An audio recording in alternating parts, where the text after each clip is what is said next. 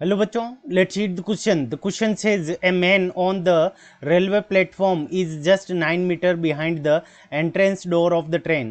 When the train begins to move with the uniform acceleration of 2 meters per second square starting from the rest, the man immediately picks up the uniform speed to get into the train. He just board the trains. Find the speed he picks up. ठीक है बच्चों. सो हमें यहाँ पे इस question के अंदर क्या गिवन है कि एक कोई पर्सन है ए, तो मान लेते हैं कि ये पर्सन ए यहाँ पर है और वो ट्रेन के जो डोर है उससे 9 मीटर की डिस्टेंस के ऊपर है. ठीक है बच्चों.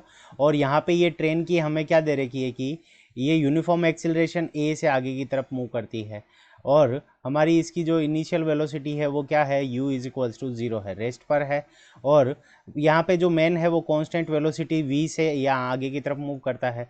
तो मान लेते हैं कि ट्रेन s डिस्टेंस मूव करती है टाइम पीरियड के अंदर. तो यहाँ पे हमारा जो की कंसेप्ट हो जाएगा इस क्वेश्चन को करने के लिए, सो की कंसेप्ट.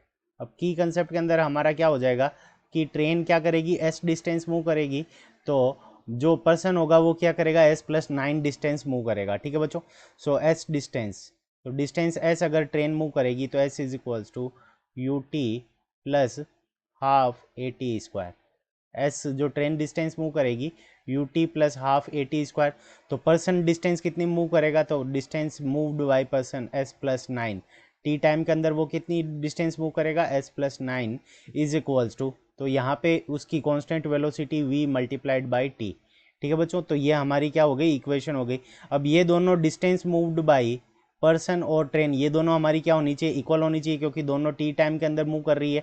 तो यहाँ से हम एस की वैल्यू पुट कर सकते हैं और यू हमें ट्रेन की इनिशियल वेलोसिटी 0 दे रखी है, तो यहाँ से हम लिख सकते हैं half a t square. A की वैल्यू हमें 2 गिवन है, so half multi 2 multi t square plus 9 is equals to v T.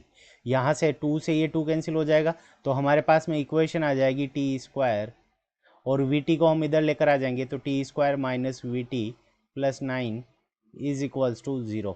तो T square minus V T plus 9 is equals to 0.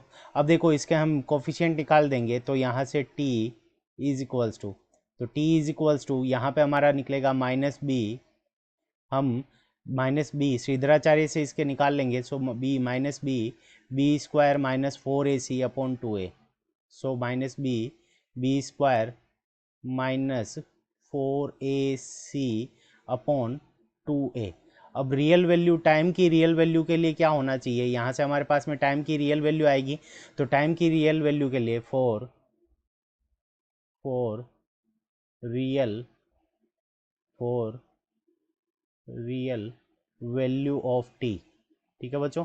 So for real value of T, तो T की real value के लिए हमारे पास में क्या होना चाहिए कि यहाँ से बी स्क्वायर माइनस 4ac की वैल्यू ग्रेटर देन 0 होनी चाहिए.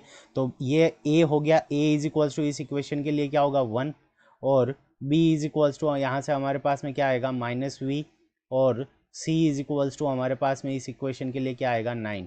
तो यहाँ पे बी स्क्वायर माइनस 4ac की वैल्यू क्या होनी चाहिए, ग्रेटर देन 0 होनी चाहिए. सो हम लिख देंगे B square minus 4ac must be greater than equals to 0.